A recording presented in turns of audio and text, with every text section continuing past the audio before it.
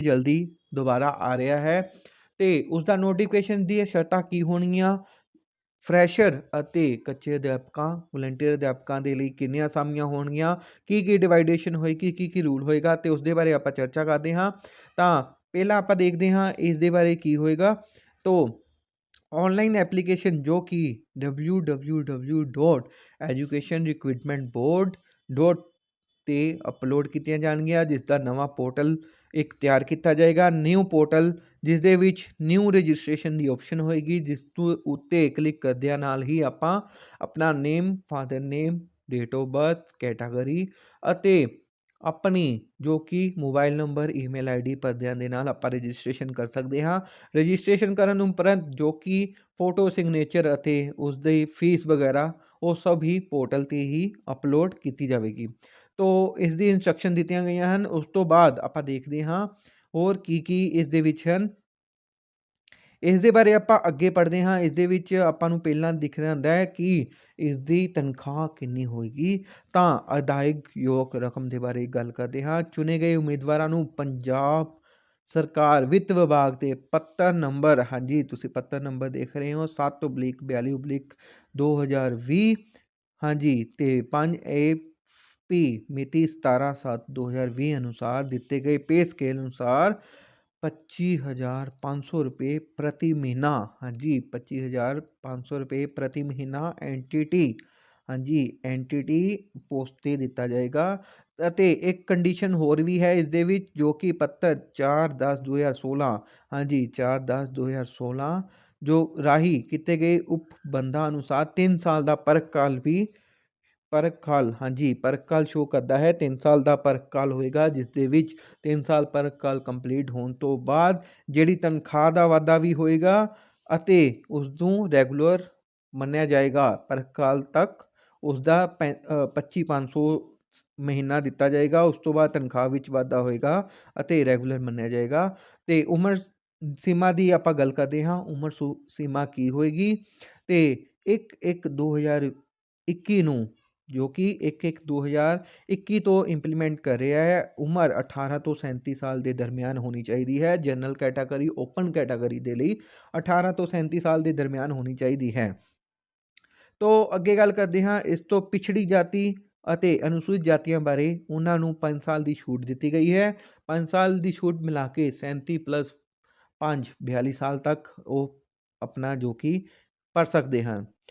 ਅੱਗੇ ਗੱਲ ਕਰਦੇ ਹਾਂ ਜੋ ਕਰਮਚਾਰੀ, ਹਾਂਜੀ ਪੰਜਾਬ ਅਤੇ ਹੋਰ ਰਾਜਾਂ ਅਤੇ ਕੇਂਦਰੀ ਰਾਜ ਦੇ ਕਰਮਚਾਰੀਆਂ ਦੀ ਉੱਪਰਲੀ ਸੀਮਾ ਦੀ ਹੱਦ 45 ਸਾਲ ਤੱਕ ਹੋਏਗੀ। ਜੋ ਗੌਰਮੈਂਟ ਇੰਪਲੋਈ ਓਪਨ ਭਰਤੀ ਦੇ ਵਿੱਚ ਭਰਨਾ ਚਾਹੁੰਦੇ ਹਨ, ਉਹਨਾਂ ਨੂੰ 45 ਸਾਲ ਤੱਕ ਦੀ ਛੋਟ ਦਿੱਤੀ ਜਾਏਗੀ। ਪੰਜਾਬ ਰਾਜ ਦੀ ਵਿਧਵਾ ਅਤੇ ਤਲਾਕਸ਼ੁਦਾ ਔਰਤਾਂ ਦੀ ਉੱਪਰਲੀ ਉਮਰ ਸੀਮਾ ਦੀ ਹੱਦ 42 ਸਾਲ ਤੱਕ ਦਿੱਤੀ ਜਾਏਗੀ। ਤੋ ਅੱਗੇ ਗੱਲ ਕਰਦੇ ਹਾਂ ਦਿਵਿਆਂਗ, ਜੋ ਪਰਸਨ ਵਿਦ ਡਿਸੇਬਿਲਿਟੀ, ਹਾਂਜੀ ਉਹਨਾਂ ਨੂੰ 10 ਸਾਲ ਦੀ ਛੋਟ ਦਿੱਤੀ ਗਈ ਹੈ। 37 + 10 47 ਸਾਲ ਤੱਕ ਉਹਨਾਂ ਨੂੰ ਉਮਰ ਤੋਂ ਛੂਟ ਦਿੱਤੀ ਗਈ ਹੈ। 47 ਸਾਲ ਤੱਕ ਉਹ ਫਾਰਮ ਭਰ ਸਕਦੇ ਹਾਂ। ਇਸੇ ਤਰ੍ਹਾਂ ਹੀ ਸਾਬਕਾ ਫੌਜੀਆਂ ਨੂੰ ਵੀ ਛੂਟ ਦਿੱਤੀ ਗਈ ਹੈ।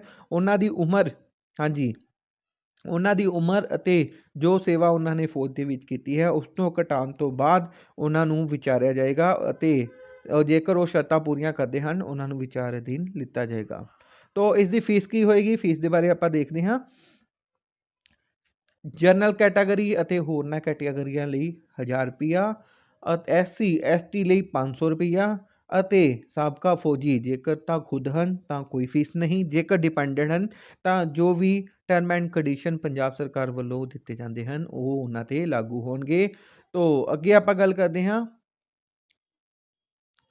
ਚੋਣ ਦਾ ਢੰਗ ਅਤੇ ਵਿਦਿਅਕ ਯੋਗਤਾ, ਹਾਂਜੀ ਵਿਦਿਅਕ ਯੋਗਤਾ ਕੀ ਹੋਏਗੀ। ਵਿਦਿਅਕ ਯੋਗਤਾ ਬਾਰੇ ਗੱਲ ਕਰਦੇ ਹਾਂ। ਸੀਨੀਅਰ ਸੈਕੰਡਰੀ ਸਕੂਲ, ਹਾਂਜੀ +2 ਪਾਸ ਕੀਤੀ ਹੋਣੀ ਚਾਹੀਦੀ ਹੈ, ਉਹ ਵੀ 45% ਅੰਕਾਂ ਦੇ ਨਾਲ, ਹਾਂਜੀ 45% ਅੰਕ ਹੋਣੇ ਬਹੁਤ ਹੀ ਜ਼ਰੂਰੀ ਹਨ, ਲਾਜ਼ਮੀ ਹਨ।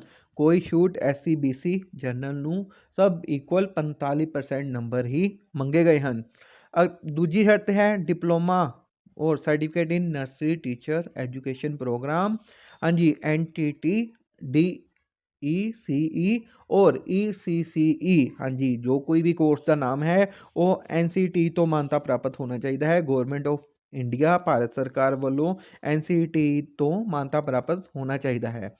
ਤੀਜੀ ਕੰਡੀਸ਼ਨ ਇਹ ਹੈ, ਸੁਭਾਵਿਕ ਉਮੀਦਵਾਰ ਨੂੰ ਲਾਜ਼ਮੀ ਜਾਂ 94 ਵਿਸ਼ਿਆਂ ਵਿੱਚੋਂ ਪੰਜਾਬੀ 10ਵੀਂ ਵਿੱਚ ਪੰਜਾਬੀ ਪਾਸ ਕੀਤੀ ਹੋਣੀ ਚਾਹੀਦੀ ਹੈ। ਜੇਕਰ ਉਹ ਪੰਜਾਬੀ ਪਾਸ ਨਹੀਂ ਹੈ ਤਾਂ ਵੀ ਉਸ ਨੂੰ ਵਿਚਾਰਿਆ ਨਹੀਂ ਜਾਏਗਾ। ਜੇਕਰ ਉਸ ਤੋਂ +2 ਵਿੱਚ 45% ਤੋਂ ਘੱਟ ਹੈ ਤਾਂ ਵੀ ਉਸ ਨੂੰ ਨਹੀਂ ਵਿਚਾਰਿਆ ਜਾਏਗਾ। ਜੇਕਰ ਉਸ ਕੋਲ ਐਨਟੀਟੀ ਜਾਂ ਇਸ ਦੇ ਸਮਾਨ ਕੋਈ ਕੋਰਸ ਨਹੀਂ ਹੈ ਉਸ ਨੂੰ ਵੀ ਨਹੀਂ ਵਿਚਾਰਿਆ ਜਾਏਗਾ। ਚੋਣ ਦਾ ਢੰਗ ਕੀ ਹੋਏਗਾ? ਚੋਣ ਦਾ ਢੰਗ ਦੇਖਦੇ ਹਾਂ। ਚੋਣ ਦਾ ਢੰਗ ਹੋਏਗਾ 100 ਨੰਬਰ ਦਾ ਇੱਕ ਲਿਖਤੀ ਟੈਸਟ ਲਿੱਤਾ ਜਾਏਗਾ, ਓਬਜੈਕਟਿਵ ਟਾਈਪ ਹੋਏਗਾ, ਜਿਸ ਦੇ ਵਿੱਚ ਟੈਸਟ ਹੋਣ ਉਪਰੰਤ ਜਿਹੜੇ ਉਮੀਦਵਾਰਾਂ ਕੋਲੋਂ ਗ੍ਰੈਜੂਏਸ਼ਨ ਹੈ, ਗ੍ਰੈਜੂਏਸ਼ਨ ਪਹਿਲੇ ਦਰਜੇ ਵਿੱਚ ਪਾਸ ਹੈ ਤਾਂ 5 ਨੰਬਰ, ਦੂਜੇ ਦਰਜੇ ਵਿੱਚ ਪਾਸ ਹਨ ਤਾਂ 3 ਨੰਬਰ, ਤੀਜੇ ਦਰਜੇ ਵਿੱਚ ਪਾਸ ਹਨ ਤਾਂ 2 ਨੰਬਰ ਦਿੱਤੇ ਜਾਣਗੇ।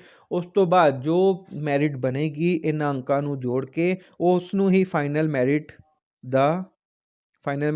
ਮੰਨਿਆ ਜਾਏਗਾ। ਤੋ ਇਹ ਮੈਰਿਟ ਬਣਾਈ ਜਾਏਗੀ। ਇਸ ਦੀ ਵੰਡ ਕਿਸ ਤਰ੍ਹਾਂ ਹੋਏਗੀ ਆਓ ਉਸ ਦੇ ਬਾਰੇ ਆਪਾਂ ਜਾਣਦੇ ਹਾਂ। ਹਾਂਜੀ, NTT 8397 new notification fresher NTT candidate and volunteer teachers ਦੇ ਲਈ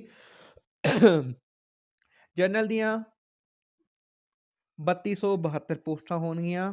ਹਾਂਜੀ, ਜਨਰਲ ਦੀਆਂ 3272 ਪੋਸਟਾਂ ਹੋਣਗੀਆਂ, ਜਿਸ ਦੇ ਵਿੱਚ 1636 ਜੋ ਕਿ ਓਪਨ ਪੋਸਟਾਂ ਹੋਣਗੀਆਂ, 1636 ਜੋ ਕਿ EGSAI STR ਐਜੂਕੇਸ਼ਨ ਵਲੰਟੀਅਰ ਔਰ IEV ਵਲੰਟੀਅਰ ਦੇ ਲਈ ਰਿਜ਼ਰਵ ਹੋਣਗੀਆਂ। ਅਨੁਸੂਚਿਤ ਜਾਤੀ M ਤੇ B ਮਜ਼੍ਹਬੀ ਸਿੱਖ ਐਂਡ ਬਾਲਮਿਕ ਜੋ ਅਨੁਸੂਚਿਤ ਜਾਤੀ ਦੇ ਵਿੱਚ ਆਉਂਦੇ ਹਨ ਉਹਨਾਂ ਦੇ ਲਈ 840 ਪੋਸਟਾਂ ਹੋਣਗੀਆਂ। 840 ਪੋਸਟਾਂ 420 ਓਪਨ ਲਈ, 420 ਵਲੰਟੀਅਰ ਟੀਚਰਾਂ ਲਈ ਹੋਣਗੀਆਂ। ਅਨੁਸੂਚਿਤ ਜਾਤੀ R&O ਹਾਂਜੀ R&O ਉਹਨਾਂ ਲਈ ਹੋਣਗੀਆਂ 840 ਪੋਸਟਾਂ, ਜਿਸ ਦੇ ਵਿੱਚ 420 840 ਦਾ ਹਾਫ ਐਂਡ ਹਾਫ ਅਨੁਪਾਤ 50-50 ਅਨੁਪਾਤ ਦਿੱਤਾ ਗਿਆ ਹੈ ਤੇ 420 ਓਪਨ ਲਈ ਹੋਣਗੀਆਂ, 420 ਵਲੰਟੀਅਰ ਟੀਚਰਸ ਲਈ ਹੋਣਗੀਆਂ। ਅਨੁਸੂਚਿਤ ਜਾਤੀ ਸਾਬਕਾ ਫੌਜੀ M ਤੇ B M&B ਲਈ 168 ਪੋਸਟਾਂ ਹੋਣਗੀਆਂ।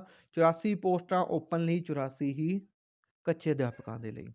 ਅਨੁਸੂਚਿਤ ਜਾਤੀ ਸਾਬਕਾ ਫੌਜੀ R ਤੇ O 166 ਪੋਸਟਾਂ ਟੋਟਲ ਹੋਣਗੀਆਂ। 83 ਪੋਸਟਾਂ ਜੋ ਕਿ ਓਪਨ ਲਈ ਹੋਣਗੀਆਂ ਔਰ 83 ਪੋਸਟਾਂ ਜੋ ਕਿ EGSAI STR ਜਾਂ IEV ਵਲੰਟੀਅਰ ਕੱਚੇ ਅਧਿਆਪਕਾਂ ਦੇ ਲਈ ਹੋਣਗੀਆਂ। ਅਨੁਸੂਚਿਤ ਜਾਤੀ ਜੋ ਕਿ ਖਿਡਾਰੀ ਹਨ, ਹਾਂਜੀ RO ਉਹਨਾਂ ਲਈ 42 ਪੋਸਟਾਂ ਹੋਣਗੀਆਂ। 21 ਪੋਸਟਾਂ ਓਪਨ, 21 ਪੋਸਟਾਂ ਕੱਚੇ ਅਧਿਆਪਕਾਂ ਦੇ ਲਈ। ਅਨੁਸੂਚਿਤ ਜਾਤੀ ਖਿਡਾਰੀ ਹਾਂਜੀ M&B ਦੀ ਗੱਲ ਕਰ ਚੁੱਕੇ ਹਾਂ, ਹੁਣ ਆਪਾਂ RO ਦੀ ਗੱਲ ਕਰਦੇ ਹਾਂ। ਉਹਨਾਂ ਲਈ ਵੀ 42, 21 ਓਪਨ, 21 ਕੱਚੇ ਅਧਿਆਪਕਾਂ ਦੇ ਲਈ। ਪਛੜੀ ਜਾਤੀ ਹਾਂਜੀ ਗੱਲ ਆ ਗਈ ਹੁਣ ਪਛੜੀ ਜਾਤੀ ਦੀ। ਪਛੜੀ ਜਾਤੀ ਦੇ ਲਈ BC ਕੈਟਾ ਦੀਆਂ 838 ਪੋਸਟਾਂ ਹੋਣਗੀਆਂ, ਜਿਸ ਦੇ ਵਿੱਚ 419 ਪੋਸਟਾਂ ਓਪਨ, 419 ਪੋਸਟਾਂ EGSAI STR ਦੇ ਲਈ ਹੋਣਗੀਆਂ। ਤੋ ਪਿਛੜੀ ਜਾਤੀ ਸਾਬਕਾ ਫੌਜੀਆਂ ਦੇ ਲਈ ਹਾਂਜੀ ਸਾਬਕਾ ਫੌਜੀ ਇਸ ਕੈਟਾਗਰੀ ਦੇ ਵਿੱਚ ਬਹੁਤ ਹੀ ਘੱਟ ਮਿਲਣਗੇ। 168 ਪੋਸਟਾਂ ਹੋਣਗੀਆਂ, 84 ਪੋਸਟਾਂ ਓਪਨ, 84 ਪੋਸਟਾਂ ਕੱਚੇ ਅਧਿਆਪਕਾਂ ਦੇ ਲਈ। ਖਿਡਾਰੀ ਜਨਰਲ 168, 84 ਓਪਨ, 84 ਕੱਚੇ ਅਧਿਆਪਕਾਂ ਦੇ ਲਈ ਹੋਣਗੀਆਂ। ਆਜ਼ਾਦੀ ਘੁਲਾਟੀਏ ਹਾਂਜੀ ਫਰੀडम फाइटर 84 ਪੋਸਟਾਂ ਟੋਟਲ ਹੋਣਗੀਆਂ। 42 ਓਪਨ ਮੈਰਿਟ ਲਈ, ਫਰੈਸ਼ਰਸ ਲਈ ਔਰ 42 ਕੱਚੇ ਅਧਿਆਪਕਾਂ ਦੇ ਲਈ। ਸਾਬਕਾ ਫੌਜੀਆਂ ਦੀਆਂ 588 ਪੋਸਟਾਂ ਹੋਣਗੀਆਂ। 588 ਦੇ ਵਿੱਚ 294 ਪੋਸਟਾਂ ਜੋ ਕਿ ਐਨਟੀਟੀ ਫਰੈਸ਼ਰਸ ਲਈ ਹੋਣਗੀਆਂ ਤੇ 294 ਪੋਸਟਾਂ ਜੋ ਕਿ ਕੱਚੇ ਅਧਿਆਪਕਾਂ ਦੇ ਲਈ ਹੋਣਗੀਆਂ। ਅੱਗੇ ਗੱਲ ਕਰਦੇ ਹਾਂ ਅੰਗਹੀਨ ਪਰਸਨ ਵਿਦ ਡਿਸੇਬਿਲਿਟੀ, ਉਹਨਾਂ ਦੀ ਗੱਲ ਕਰਦੇ ਹਾਂ। Visually impaired, hearing impaired, ortho impaired, intellectual disabilities, multiple disability, mental illness ਹਾਂਜੀ mentally illness, deaf and dumb ਇਹਨਾਂ ਬਾਰੇ ਆਪਾਂ ਗੱਲ ਕਰਦੇ ਹਾਂ। ਇਹਨਾਂ ਦੀਆਂ 84 ਪੋਸਟਾਂ ਹੋਣਗੀਆਂ ਜੋ ਕਿ 42 ਓਪਨ ਅਤੇ 42 ਕੱਚੇ ਅਧਿਆਪਕਾਂ ਦੇ ਲਈ। 840 ਪੋਸਟਾਂ ਜੋ ਕਿ ਜਨਰਲ ਕੈਟਾਗਰੀ ਤੋਂ ਆਪਣਾ ਬਿਲੋਂਗ ਕਰਦੇ ਹਨ, ਜਿਨ੍ਹਾਂ ਦੀ ਆਰਥਿਕ ਵਰਗ ਤੋਂ ਕਮਜ਼ੋਰ ਹਨ, ਜਨਰਲ ਕੈਟਾਗਰੀ ਹਨ, ਉਹਨਾਂ ਦੀਆਂ 840 ਪੋਸਟਾਂ ਹੋਣਗੀਆਂ। 420 ਓਪਨ ਮੈਰਿਟ ਐਨਟੀਟੀ ਫਰੈਸ਼ਰਸ ਲਈ ਹੋਣਗੀਆਂ, 420 ਕੱਚੇ ਅਧਿਆਪਕਾਂ ਦੇ ਲਈ ਹੋਣਗੀਆਂ। ਤੋ ਟੋਟਲ 8393 ਪੋਸਟਾਂ ਹੋਣਗੀਆਂ, ਜਿਸ ਦਾ ਵਰਗੀਕਰਨ ਇਸ ਅਨੁਸਾਰ ਦਿੱਤਾ ਗਿਆ ਹੈ ਔਰ ਇਸ ਦੀ ਟਰਮ ਐਂਡ ਕੰਡੀਸ਼ਨ ਸਭ ਤੁਸੀਂ ਆਪਾਂ ਦੇਖ ਹੀ ਚੁੱਕੇ ਹਾਂ। ਤਾਂ ਚਲੋ ਨੋਟੀਫਿਕੇਸ਼ਨ ਦੀ ਵੇਟ ਕਰਦੇ ਹਾਂ, ਕਦੋਂ ਨੋਟੀਫਿਕੇਸ਼ਨ ਆਉਂਦਾ ਹੈ ਤਾਂ ਤਿਆਰੀ ਸ਼ੁਰੂ ਹੁੰਦੀ ਹੈ। ਤੋ ਬੈਸਟ ਆਫ ਸਾਰਿਆਂ ਨੂੰ, ਧੰਨਵਾਦ।